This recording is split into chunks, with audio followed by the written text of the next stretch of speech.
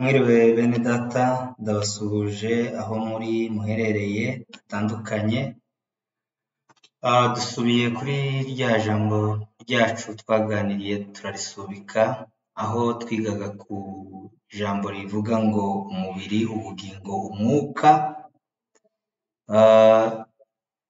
Iyi ni sije igikunda kugorana ku bantu benshi, kuko hari abavuga ko umuntu agizwe n'ibice bibiri, umuntu w'imbere n'uw'inyuma, kandi uko ni ukuri, kuko umuntu w'inyuma ni uyu mubiri ufite sanse eshanu, hanyuma n'umuntu w'imbere agizwe n'ubugingo n'umwuka. Abo ni abantu babiri bari mu muntu umwe. Ariko iyo dusomye uburyo umuntu yaremwe ndetse n'ibindi byanditswe bigenda bibigaragaza, dusanga umuntu ari mu bice bitatu. Turebye hano mu itangiriro, ubundi ibyo bice bitatu ni umubiri, ni ubugingo, ni umwuka.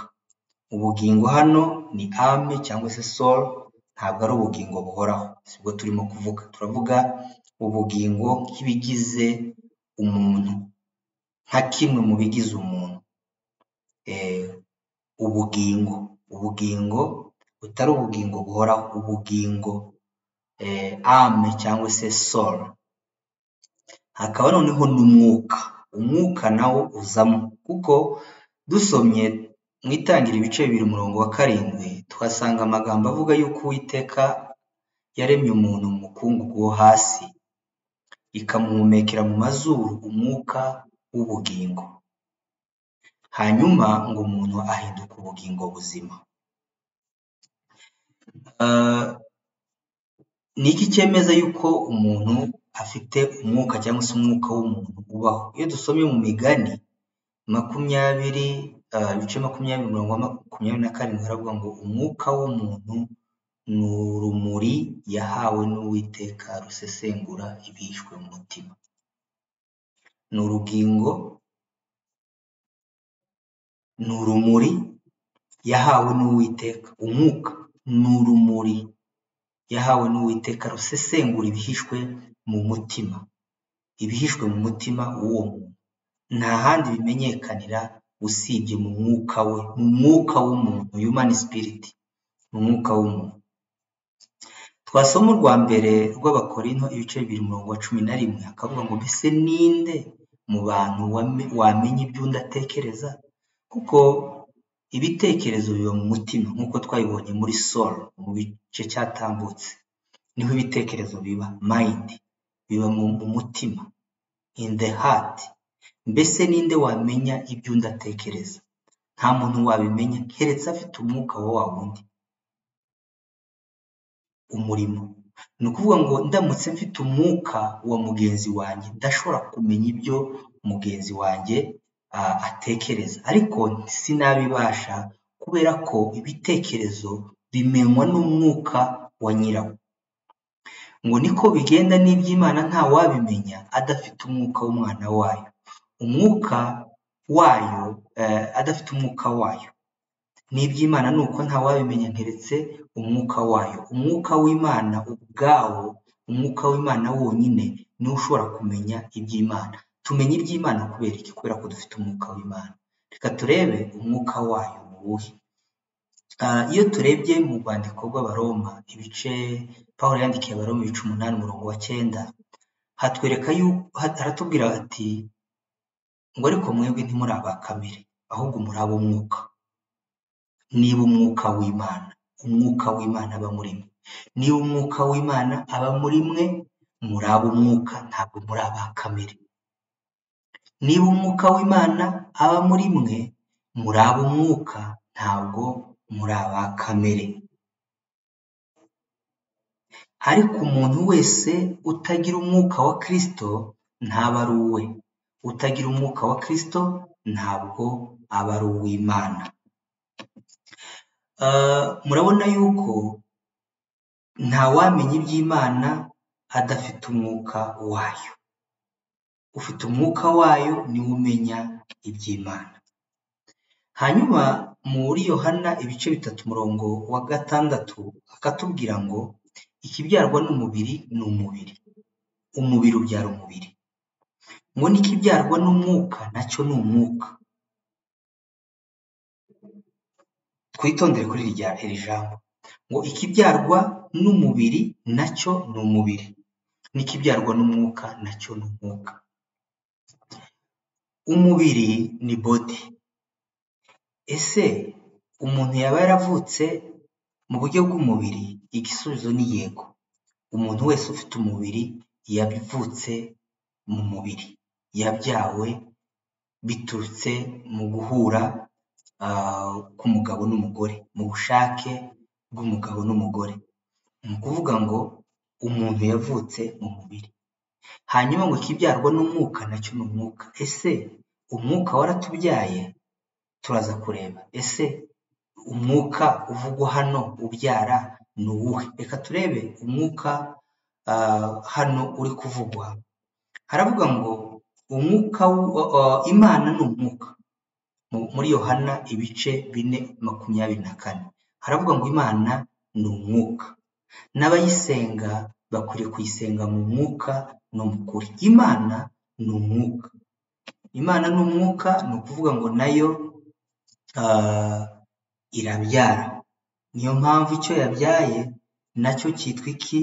Umwuka. Kuko ntimuri aba kamere, ahubwo muri umwuka. Niba umwuka w'Imana aba muri mwe, turaba umwuka rero. Kubera iki? Kubera ko tubyarwa n'Imana. Ni iki bihamya?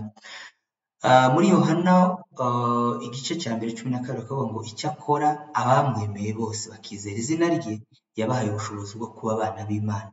Kuba abana b'Imana, yabahaye ubushobozi bwo kuba abana b'Imana. Abo ngo ntibabyawe n'amaraso cyangwa n'ubushake bw'umubiri cyangwa n'ubushake bw'umugabo, ahubwo babyawe n'Imana. Iyihe? Ya yindi tubonye ko Imana ni umwuka. N'iki ibyaye nacyo ikibyara hehe? Mu mwuka. Ni ukuvuga ngo ikibyawe n'umubiri ni umubiri, n'ikibyawe n'umwuka ni umwuka. Ikibyawe n'umubiri ni umubiri, n'ikibyawe n'umwuka ni umwuka. Imana ni umwuka. Abo ngo ntibabyawe n'amaraso cyangwa n'ubushake bw'umubiri cyangwa n'ubushake bw'umugabo, ahubwo babyawe n'Imana. Niki gihamya ko turi abana b'Imana? Iyo urebye muri Yohana mu Baroma ibice 6:16, ibice 8:16 haravuga ngo umwuka w'Imana ubwe ahamanya n'umwuka wacu yuko turi ab'Imana, turi abana b'Imana. Umwuka w'Imana ubwayo uhamanya n'umwuka wacu yuko turi abana b'Imana. Kandi ubwo turi abana bayo, turi n'abaragwa, ndetse turi n'abaragwa b'Imana, turi n'abaraganwa na Kristo niba tubabarana nawe ngo duhananwe ubwiza nawe. Ni ukuvuga ngo umwuka w'Imana, Holy Spirit, umwuka w'Imana. Hano nibutse yuko icyo navugaga ntabwo ari Holy Spirit, navugaga Spirit, Human Spirit.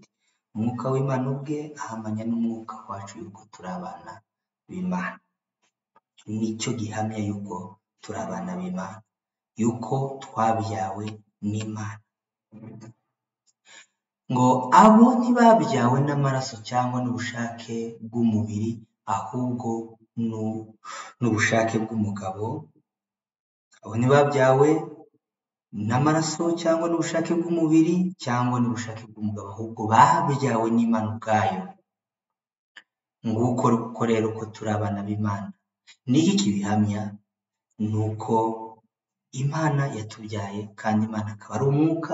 Imana ikaba yaratubyaye mu mwuka. Imana yatubyaye mu mwuka. Kubera iki? Kubera ko umwuka w'Imana aba muri twe, ntitukitwa ba kamere, ahubwo twitwa mu mwuka. Ijambo ry'Imana rivuga ngo abayoborwa n'umwuka abo nibo bana b'Imana. Turi abana b'Imana kubera ko tuyoborwa n'Imana. Mu Bagalatiya ibice 4:6 kavuga ngo kandi kuko muri abana bayo. Tumaze kubona uburyo twabaye abana bayo nuko twabyawe nayo. Kubera ko muri abana bayo, nicyo cyatumye Imana yohereza umwuka w'umwana wayo, umwuka w'umwana wayo mu mitima yacu, avuga ati aba data. Umwuka w'umwana wayo hano turabibona ko havuga umwuka w'umwana wayo reka tubirebe. Umwuka w'umwana wayo ubundi ni umwuka wa Kristo. Ni umwuka wa Kristo. Umwuka wa Kristo. Hano mu Baroma 8:9 akavuga ngo ariko mwebwe ntimuri aba kamere, ahubwo muri ab'umwuka, niba umwuka w'Imana aba muri mwe. Ariko umuntu wese utagira umwuka wa Kristo ntaba ari uwe. Utagira umwuka wa Kristo ntabwo aba ari uwa Kristo. Turi aba Kristo, turi ab'Imana kubera ko dufite umwuka wa Kristo hehe? Muri twe. Imana yashize umwuka w'umwana wayo, umwuka wa Kristo mu mitima yacu kugira ngo abe muri twe. Abantu benshi bajya babyitiranya bakumva hariho kuzura umwuka wera, hari kubatizwa mu mwuka wera, ariko uwizeye wese wabaye umwana w'Imana, kuko ijambo ry'Imana ryatubwiye ngo abamwemeye bose bakizera izina rye yabahaye ubushobozi bwo kuba abana b'Imana. Kandi kubera ko babaye abana bayo, babaye abana b'Imana, Imana yohereje umwuka w'umwana wayo mu mitima yabo kugira ngo abe mu mitima yabo. Uwo mwuka ahora avuga ati aba data, aba data, aba data, aba data. Ni ukuvuga iki rero? Turi abana b'Imana, umwuka w'Imana aba muri twe. Ngiki rero igihamya yuko hari umwuka w'umuntu, akaba n'ubugingo, akaba n'umubiri, byose bigize umuntu umwe. Ngaho bigaragarira mu rwandiko Pawulo yandikiye Abatesalonike ibice 5 umurongo wa 23 uvuga ngo Imana y'amahoro ibeze rwose, kandi mwebwe ubwanyu Imana ibeze mwebwe ubwanyu,